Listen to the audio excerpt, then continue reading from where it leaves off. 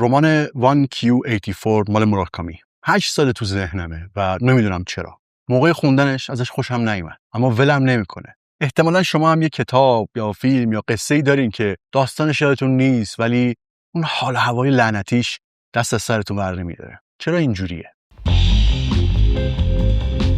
اگه بعضی از داستانا بیشتر شبیه رویا ساخته شده باشن چی؟ اون وقت چجوری باید با این داستانا برخورد بکنیم و ازشون چجوری میشه لذت برد؟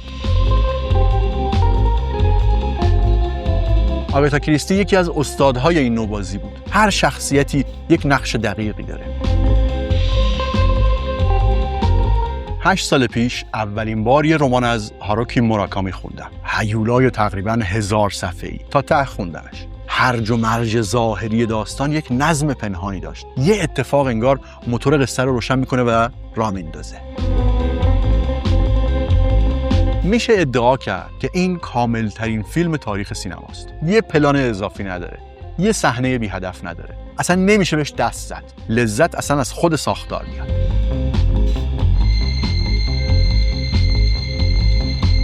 اما و این اما مهمه، امایی که ویدیو رو بابتش ساختم، اما موراکامی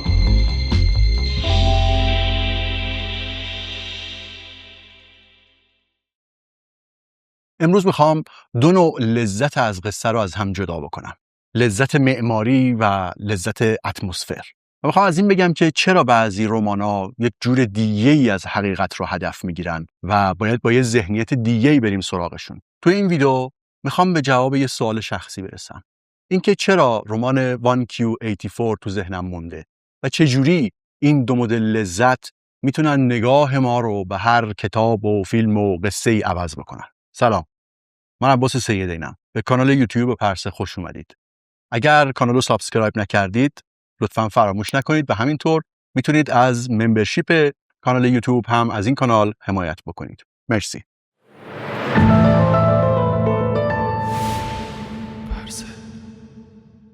8 سال پیش اولین بار یه رمان از هاروکی موراکامی خوندم. یه هیولای تقریباً 1000 صفحه‌ای. تا ته خوندمش. الان از داستانش یه چیزای کلی فقط یادمه.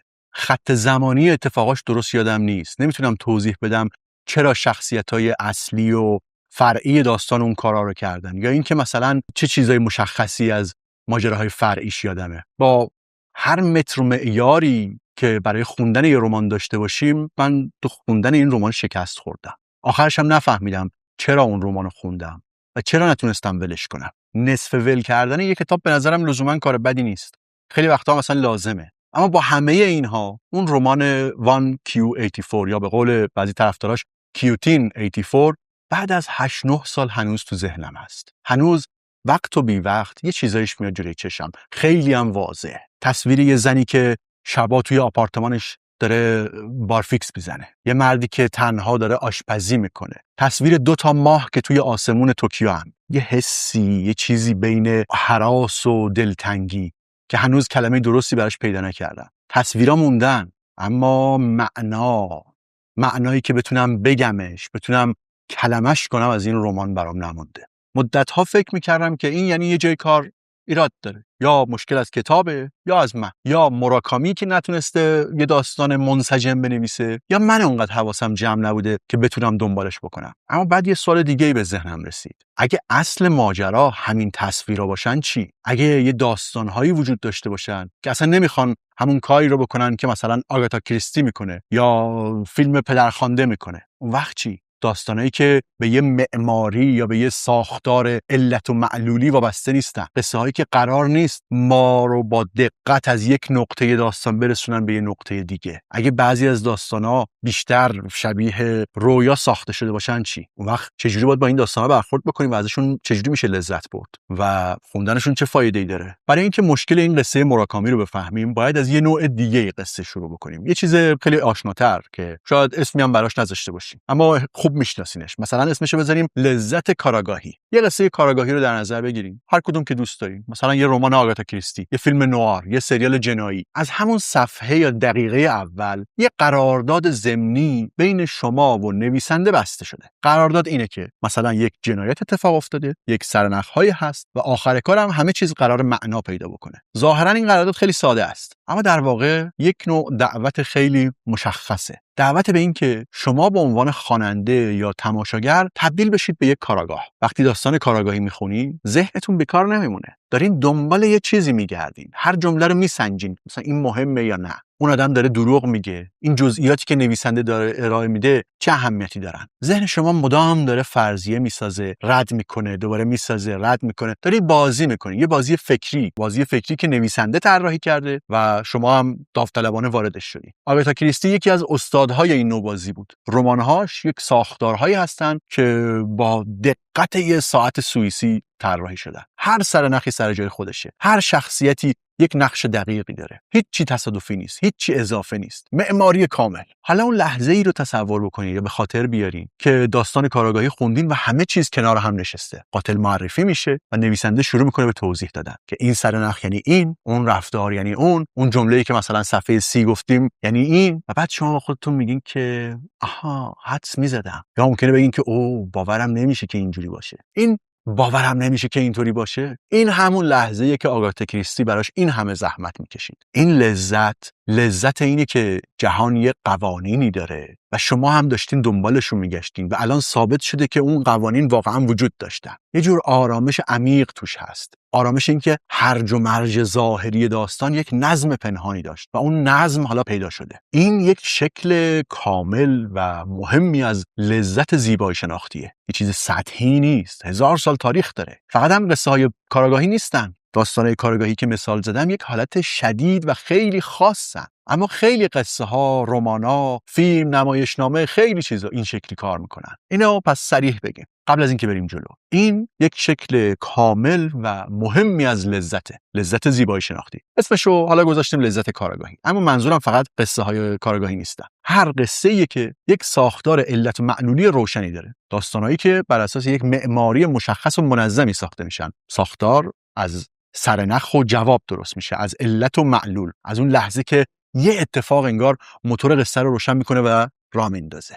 اما نکته جالب اینجاست، این تنها کاری نیست که یه قصه میتونه بکنه و تنها شکل لذتی نیست که داستان میتونه به ما بده. قبل از اینکه بریم به یه نوع دیگه ای از قصه برسیم، اون نوعی که توی رمان موراکامی بهش برخوردم، باید یه چیزی رو بهتر بفهمیم. این ساختار محکم داشتن رو نمیخوام اصلا دست کم بگیریم. ساختن یک چنین چیزی نه کار ساده‌ایه و نه چیز سطحی و بی‌ارزشیه. ساختار محکم داشتن یک قصه یک پایه و سنگ بنایی میسازه که کلی چیزهای دیگر رو میشه روش سوار کرد. بذارین توضیح بدم. قصه های خوب زیادی هستن که ساختار و معماری واقعا بی‌نقصی دارن، اما اون ساختار به یک هدف مهم دیگه ای ساخته شده. قصدشون فقط حل کردن یه پازل مثل یه معمای پلیسی یا کاراگاهی نیست. مثلا فیلم پدرخوانده رو در نظر بگیرید. فرانسیس فورد کاپولا 1972 بر اساس یک رمانی که ماریو پوزو نوشته بود. میشه ادعا کرد که این کاملترین فیلم تاریخ سینماست. پدرخوانده هم ساختار داره.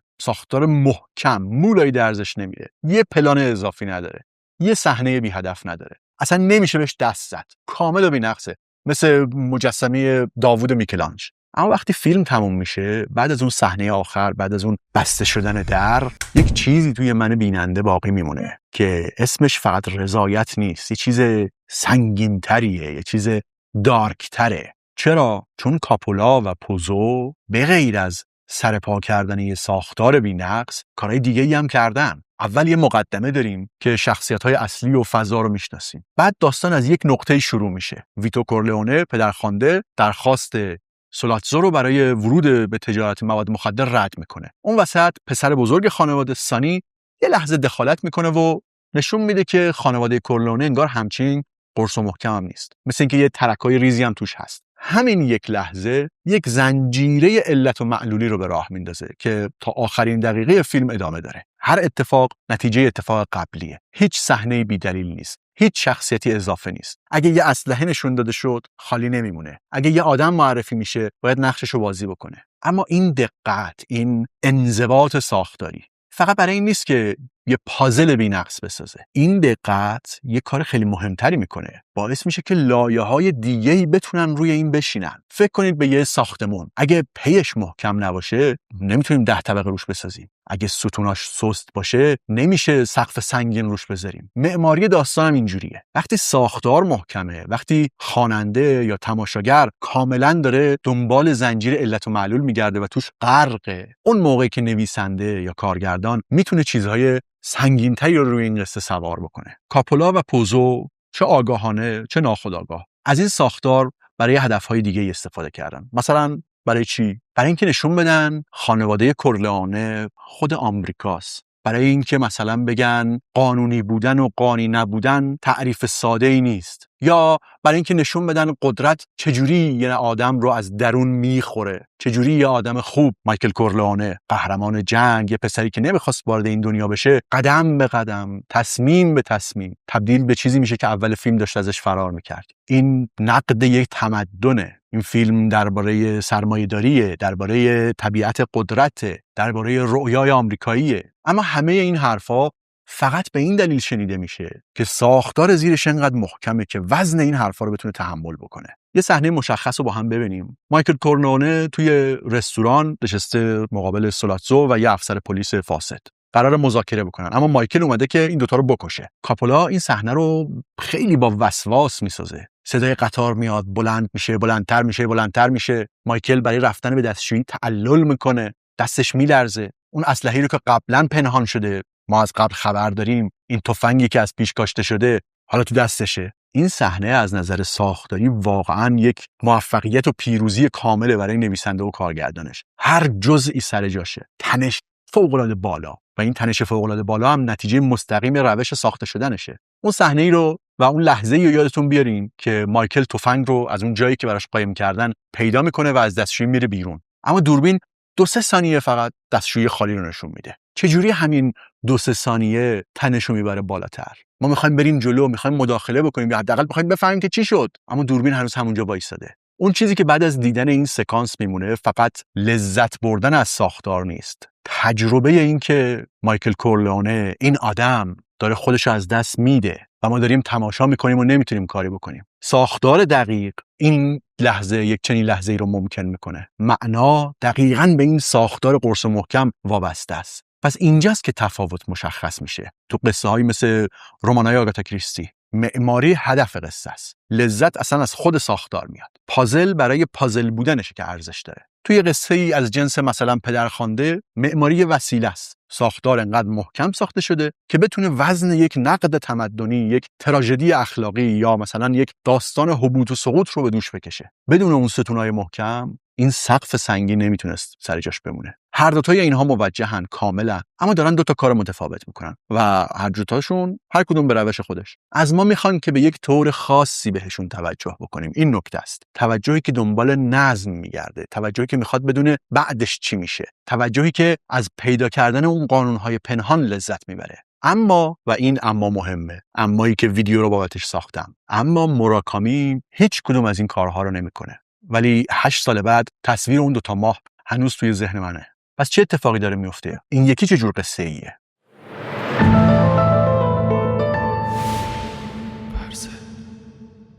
برگردیم به همون جایی که شروع کردیم. 1Q84 1000 صفحه 8 سال پیش. الان که میدونیم آگاتا کریستی چجوری کار میکنه، الان که میدونیم پدرخوانده چطوری یه ساختار محکم میسازه تا بتونه روش بار معنا بذاره، میتونیم سوالمون رو دقیق تر بکنیم. موراکامی کدوم یکی از این کارها رو میکنه؟ هیچ کدوم. این رمان یه خط زمانی گیج کننده‌ای داره. سرنخایی توش هست که به هیچ جا نمیرسه. شخصیتایی هستن که میان توی صحنه به نظر مهم میرسن، دنبالشون میکنیم و بعد ناپدید میشن بدون اینکه بدونین داستانشون کجا تموم میشه. یا آدم کوچولوهایی هستن که هیچ وقت درست توضیح نمیده که چیان، از کجا میان. یا اون دوتا ماه توی آسمون، اون تصویر مرکزی کتاب، هیچ وقت یه توضیح منطقی و کاملی براش نمیده. اگه با ذهن کاراگاه بخونیمش، کتاب شکستمون میده. انگار یک چیزی وعده داده ولی به وعدش عمل نکرده. سوال مطرح کرده ولی جواب نداده. خب چه کاریه؟ اما شاید ما داریم اشتباه بازی میکنیم. موراکامی یه جایی گفته بود که وقتی قصه مینویسه نمیدونه داستانش قراره کجا بره.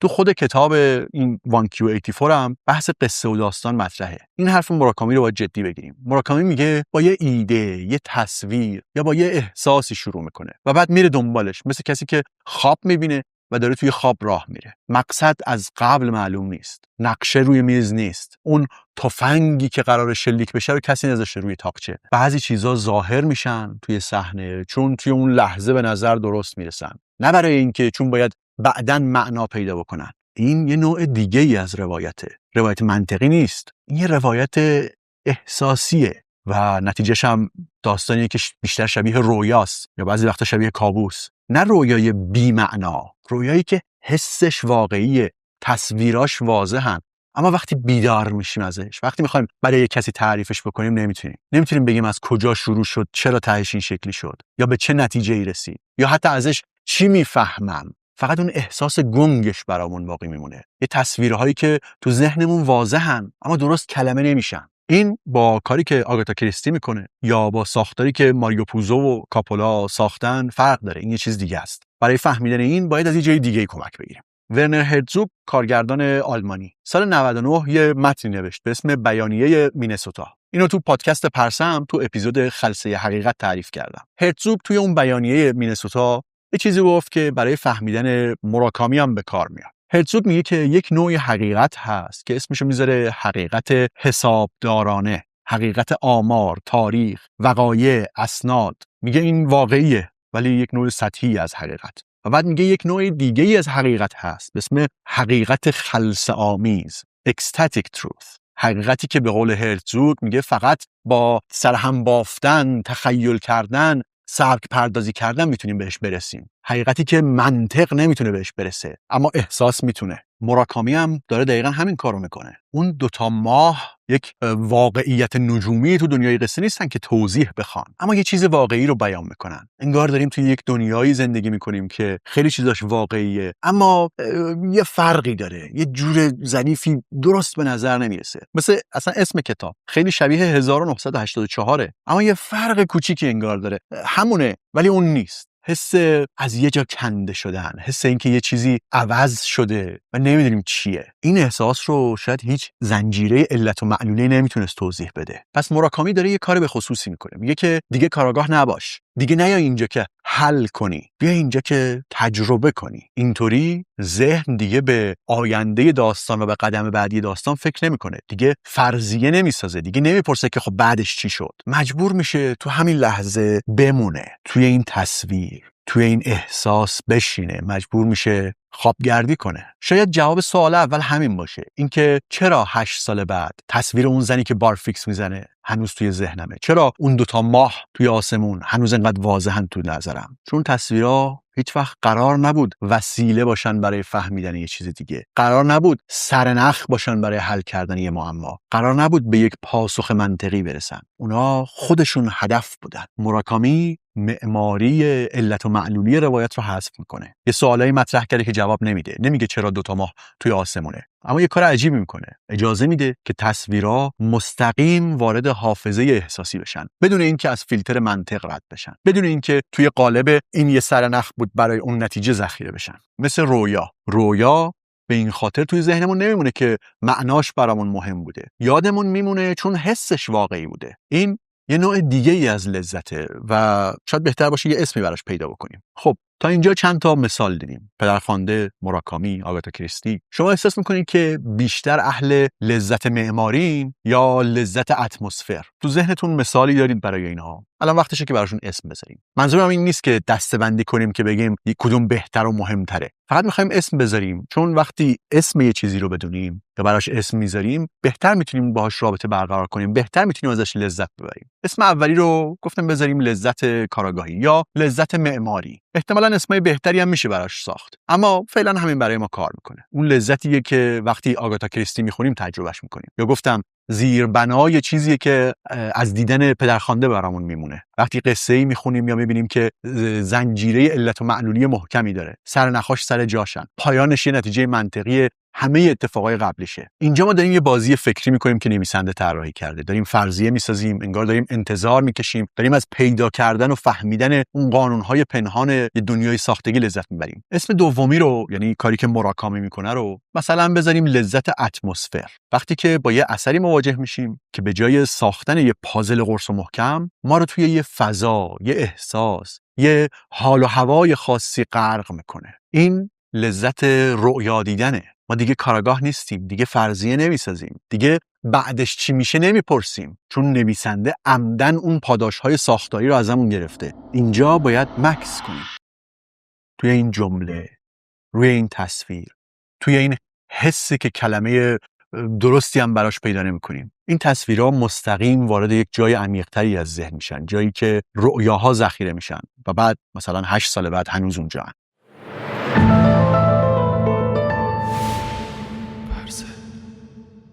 یه موضوعی رو که گفتم دوباره باید تاکید بکنم روش.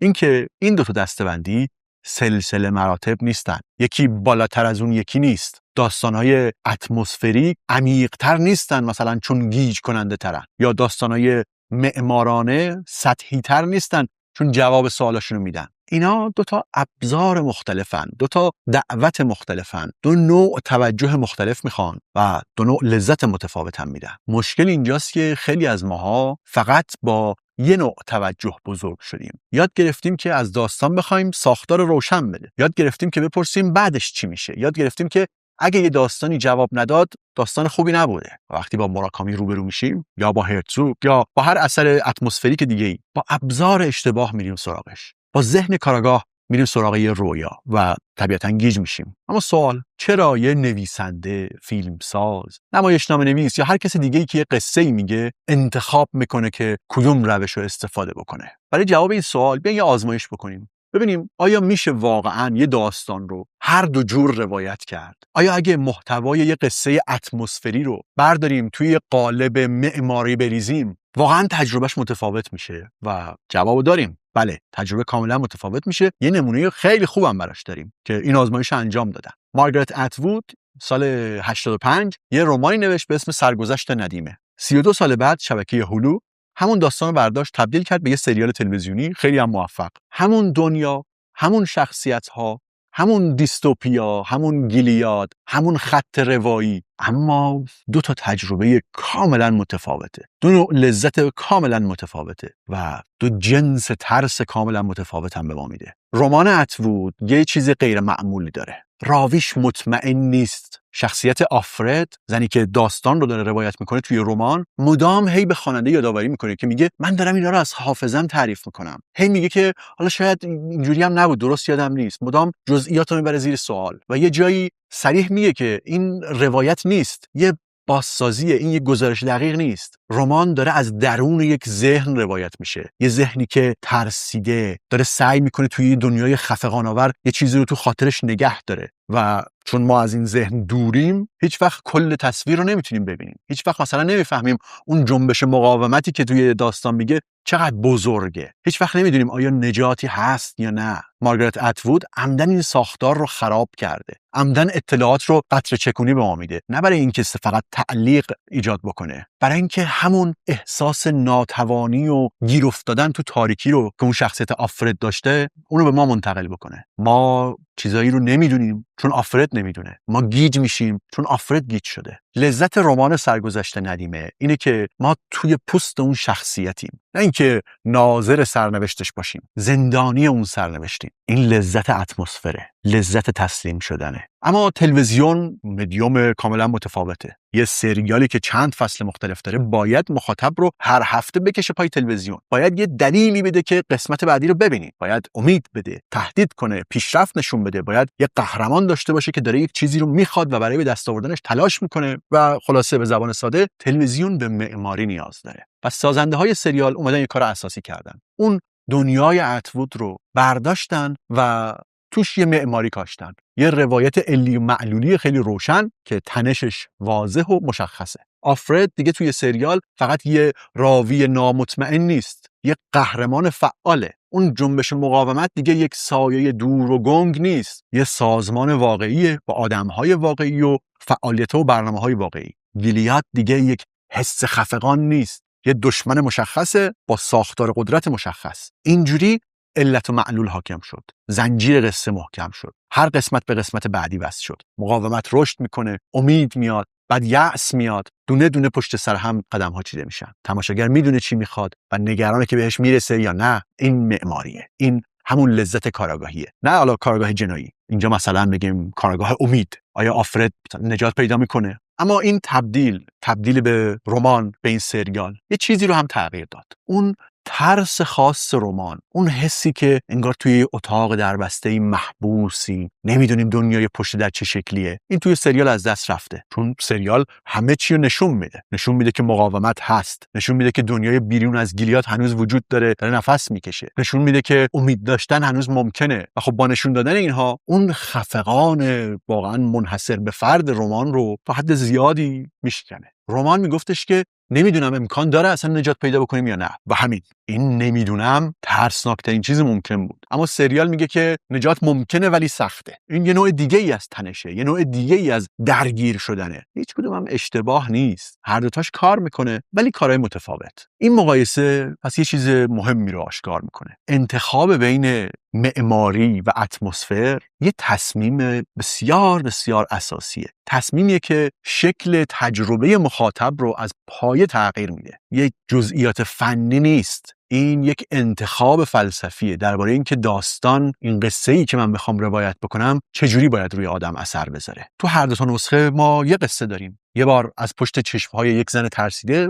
قصه رو خوندیم، بدون نقشه، بدون مقصد مشخص و فقط با اون وحشت ساکت نمیدونم. یه بار دیگه پشت دوربین نشستیم و تماشا کردیم که قهرمان داره میجنگه با هدف، با امید، با یک زنجیره علت و معلولی. هر دوتا قصه سرگذشت ندیمن، اما از دو تا در ورودی متفاوت وارد این قصه شدن. خب از هر دری هم که وارد بشیم به یه جای متفاوتی میرسیم، نه جای بهتر یا بدتر، ولی متفاوت. این فقط متفاوت بودن این چیزیه که خیلی وقتا فراموشش میکنیم، چون یاد گرفتیم که همه داستانا رو از یه در ورودی بخونیم، یه در ورودی که روش نوشته بعدش چی میشه. اما درای دیگه‌ای هم هست. شما چی؟ شما چنین تجربه‌ای داشتین؟ بنویسین توی کامنت ها برام بنویسین کدوم رمان، قصه یا فیلم کوتاه و بلند چنین تجربه‌هایی رو براتون ساخته. بذارین با یه تصویر ساده تمام بکنیم ویدیو رو. تصور کنید که به 2 تا سفر مختلف می‌خوایم بریم. فکر کنید به 2 تا سفر مختلف. یه سفری که از قبل برنامه‌ریزی کردین، نقشه دارین، مسیر مشخصه، میدونین شب کجا میمونین، کجاها رو قراره ببینین، کی برمیگردین. لذت این سفر تو اینه که اون برنامه بی‌نقص اجرا بشه. اینکه به همه چیزی که قرار بود ببینیم رسیدیم. تو اون رضایتی که آخر شب بگیم که همه چی طبق برنامه پیش رفت. ولی یه نوع دیگه سفر هست که صبح راه افتادیم و نمیدونین ظهر کجایین. یه جاده هست، یه منظره میبینید و انگار این منظره مجبورتون میکنه که نگه دارین، وایسین تماشا کنین. به یه شهر کوچیکی میرسین که شاید حتی اسمش هم ندونین. شب توی یه جای غریب میمونین. لذت این سفر توی خود اتفاق افتادنشه، نه تو رسیدن به مقصد از پیش تعیین شده. هر دوتا سفرن، هر دوتاشون میتونن واقعا فوق العاده باشن. اما نمیشه با ذهنیت اولی بریم سراغ دومی و بعد توقع داشته باشیم که همون لذت رو ببریم. اگه سفر برنامه‌ریزی شده دوست دارین، احتمالاً طرفدار لذت معماری. اگه عاشق بی هدف پرسه زدنی، احتمالاً لذت اتمسفر به دردتون میخوره. و اون داستان 1Q84، اون 1000 صفحه که 8 سال پیش خوندم و ازش گیج شدم، اونم انگار یک دعوت به همون جاده‌های بی مقصد. فقط من بلد نبودم که